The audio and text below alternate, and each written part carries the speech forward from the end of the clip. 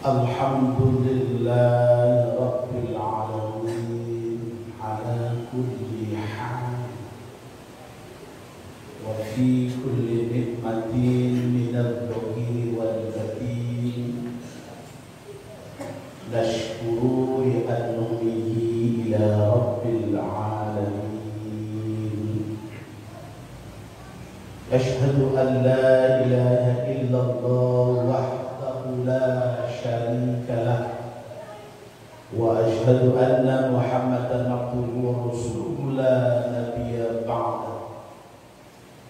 Allahumma shalli ala sayyidina wa maulana Muhammadin wa ala alihi wa ashabihi ajma'in wa man tabi'ahum bi ihsan ila yaumiddin wa alayna bi rahmatika ya arhamar rahimin.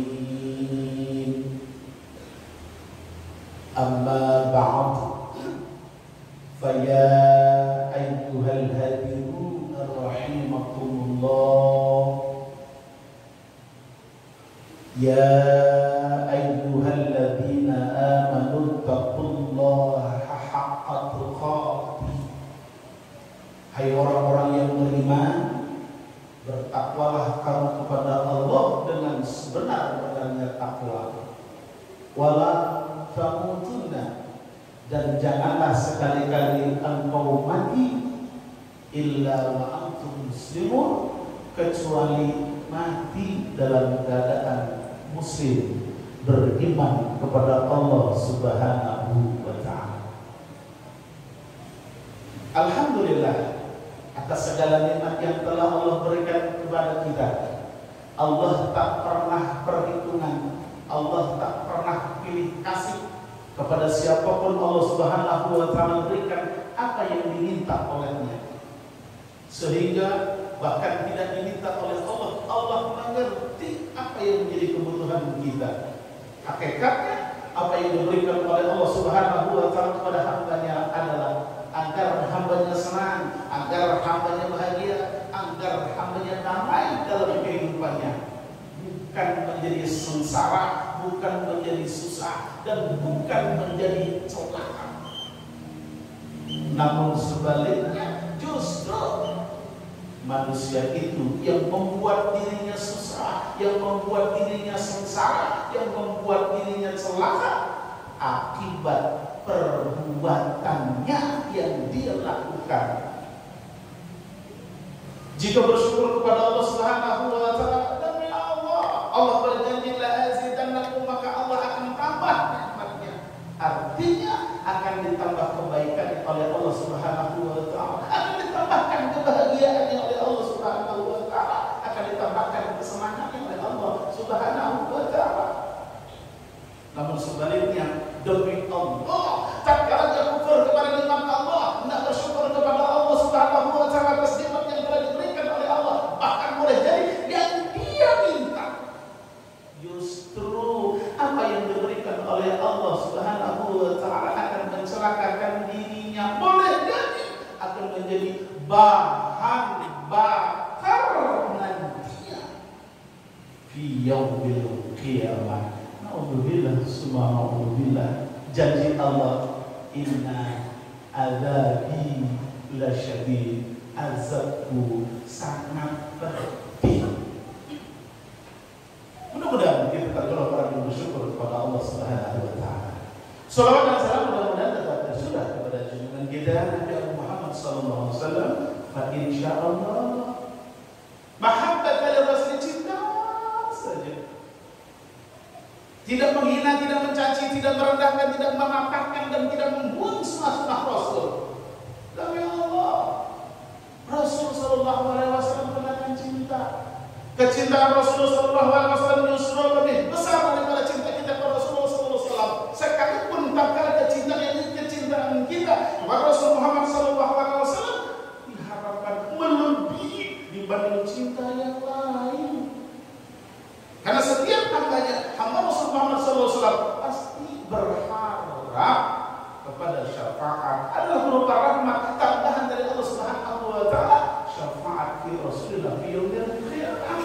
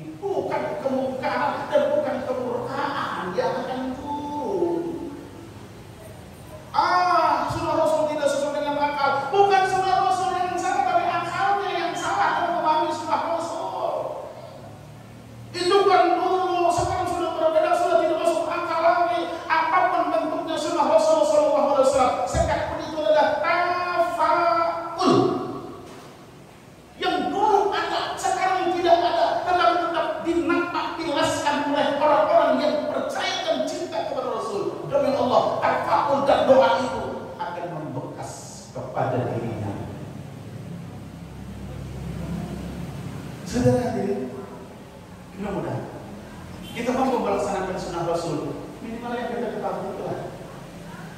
Tak seorang pun bahkan mungkin boleh jadi ahli hadis, dan mungkin akan mengetahui berapa jumlah seluruh sunnah yang pernah Rasul. Tidak.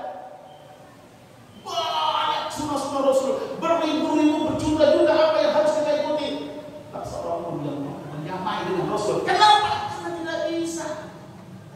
Maka mari kita laksanakan, kita lakukan sunnah Rasul dengan semampu kita. Tatkala kita tidak mampu melaksanakan sunnah Rasul, sementara orang lain mampu melaksanakan sunnah Rasul, tidak perlu disingkir dong, tidak perlu dicaci, tidak perlu. Biarlah mereka melaksanakan karena mereka mampu, selama itu benar sunnah Rasulullah Sallallahu Alaihi Wasallam. Dan mudah-mudahan kita nanti akan mendapat syafaatnya fi yaumil qiyamah. Amin ya rabbal alamin. Sudah hadirin jamaah Jumat rahimakumullah. Allah Subhanahu wa taala ciptakan manusia adalah selalu berkeluh kesah. Halu wa jazaa meliputi jiwa manusia. Berbeda dengan malaikat. Tatkala malaikat diciptakan oleh Allah Subhanahu wa taala merasa cukup. Lebih-lebih dengan syaitan. Harus selalu memenuhi apa yang menjadi keinginannya dengan menggunakan akal tanpa membatasi sebuah aturan dan tatanan.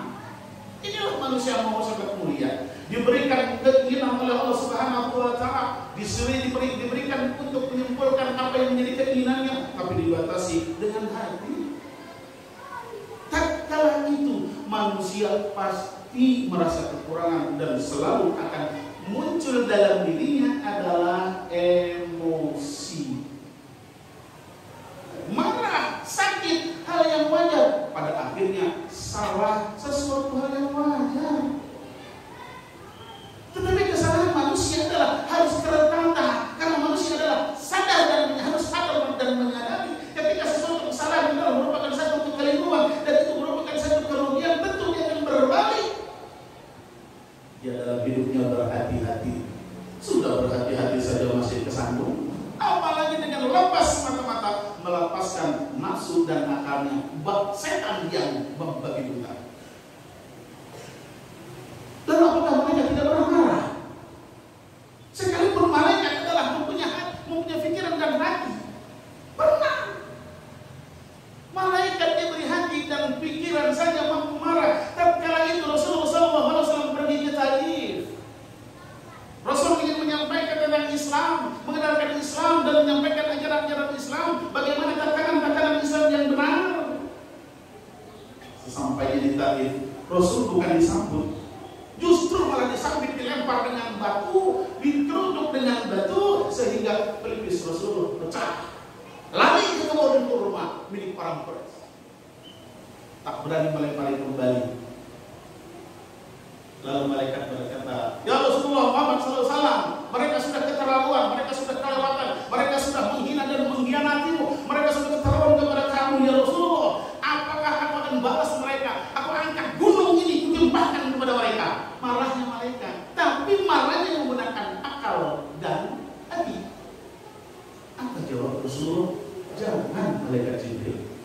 Tugasmu adalah menyampaikan, yang tugas memberikan hidayah adalah Allah. Allah yang mempunyai hak dan Allah yang menguasai. Di genggaman Allah perubahan terhadap orang-orang taat itu. Sudah hadirin jemaah Jumat rahimakumullah yang pada kemudian, ketika manusia memiliki satu keinginan yang terlepas dalam keinginannya yang sudah dia miliki, tentu dia menginginkan yang lebih baik. Akan tetapi kelebihan-kelebihan yang dia inginkan bukan semata-mata perubahan dari akal dan pikirnya, bukan semata-mata perubahan dari kekuatan dan kemampuan ilmunya, bahkan boleh jadi mungkin tahun-tahun sekarang tidak semata-mata dengan gadgetnya. Kalau manusia hanya mengandalkan sebuah perubahan menggunakan ilmunya yang ada pada akalnya, sombong dan bangga dengan ilmunya tanpa menghiraukan Allah, suatu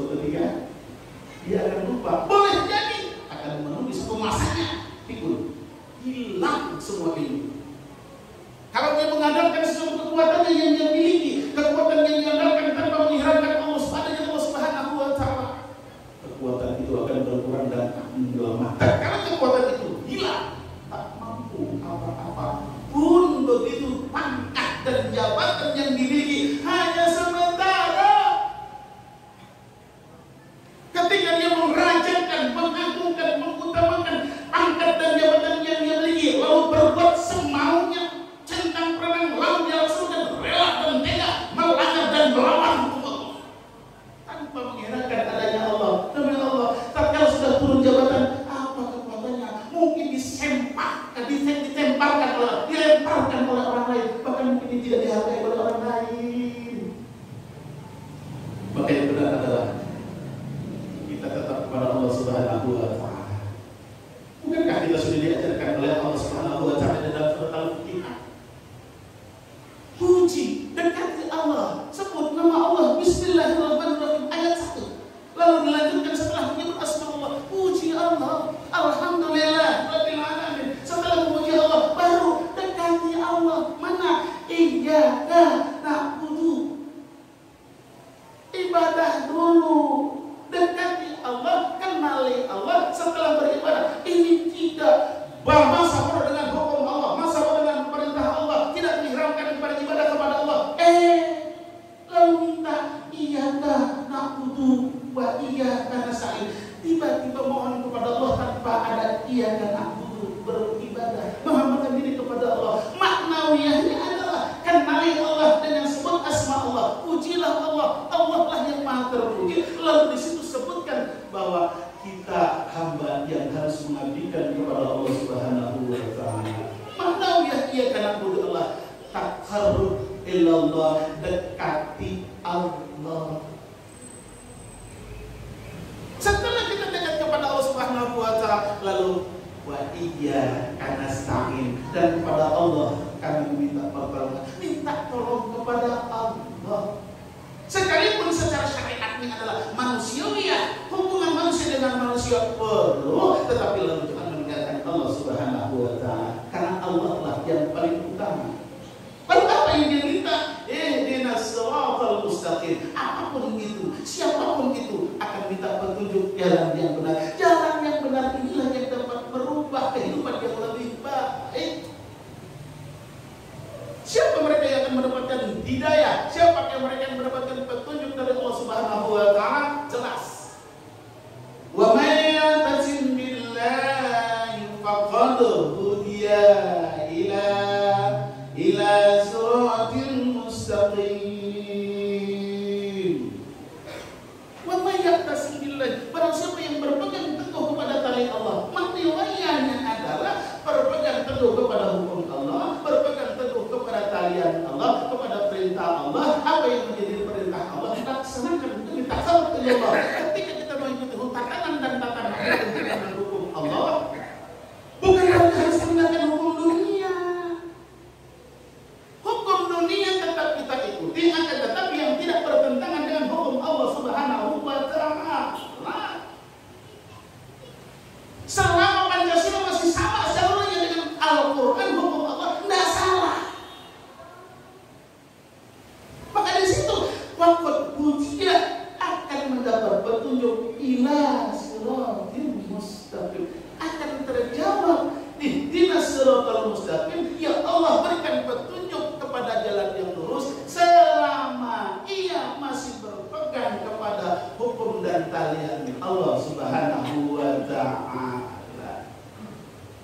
Lalu ketika berpegang pada hukum Allah, tatanan dan talian Allah Subhanahu wa Ta'ala, berpegang pada tali Allah Subhanahu wa Ta'ala, tentunya akan diberi petunjuk oleh Allah, akan diberi petunjuk jalan yang lurus, ghairil maghdubi alaihim waladdallin, bukan petunjuk kepada orang-orang yang sesat dan menyesatkan, orang-orang yang tersesat jauh, waladdallin, bukan orang-orang yang tersesat. Siapa mereka yang orang-orang yang sesat? Orang yang tersesat adalah orang jauh dengan Allah Subhanahu wa Ta'ala, membanggakan dirinya, membanggakan kekuatannya, membanggakan ilmunya, sementara Allah dianggap tidak ada. Bahkan Al-Quran dianggap salah, hadis dianggap salah, dianggap hadis dari setan. Justru dia mengatakan hadis dari setan, itulah setan. Setelah diri Hadirin jamaah rahimakumullah, maka dengan demikian mari berpegang kepada Allah Subhanahu wa taala. Kelemahan yang ada pada diri kita bukan menjadi alasan untuk kita meninggalkan Allah. Kekurangan yang ada pada diri kita bukan menjadi alasan untuk menjauhi Allah. Justru kekurangan dan kelemahan kita justru untuk mendekatkan diri kepada Allah. Badan sakit malah justru lupa kepada ibadah kepada Allah. Demi Allah salah. Justru sedang saya tidak punya kemampuan. Siapa yang akan minta pertolongan? Doa kepada Allah Subhanahu wa taala, karena sesungguhnya ad-du'a'u mahul mu'min, doa itu adalah senjatanya orang-orang yang beriman. Akhirnya mari kita berdoa kepada Allah Subhanahu wa taala dengan satu catatan, dekati dulu Allah. Wasta'inu bis-sabri was-salah, innallaha ma'as-sabirin.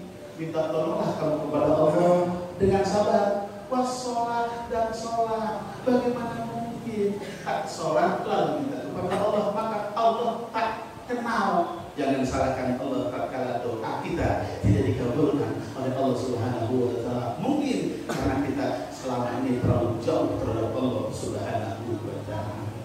Mudah-mudahan Allah memberikan kekuatan kepada kita. Mudah-mudahan Allah memberikan hidayah kepada kita, kepada negeri kita, dan berikan rahmat kepada kita semua. Selamatkan kita semua, anak istri kita semua selamat di dunia wal akhirah. Dan mudah-mudahan Allah selamatkan dan berikan kekuatan kepada bangsa kita untuk rakyat, dari rakyat kembali kepada rakyat. Mudah-mudahan Allah selamatkan kita. Amin ya rabbal alamin. Mohon maaf.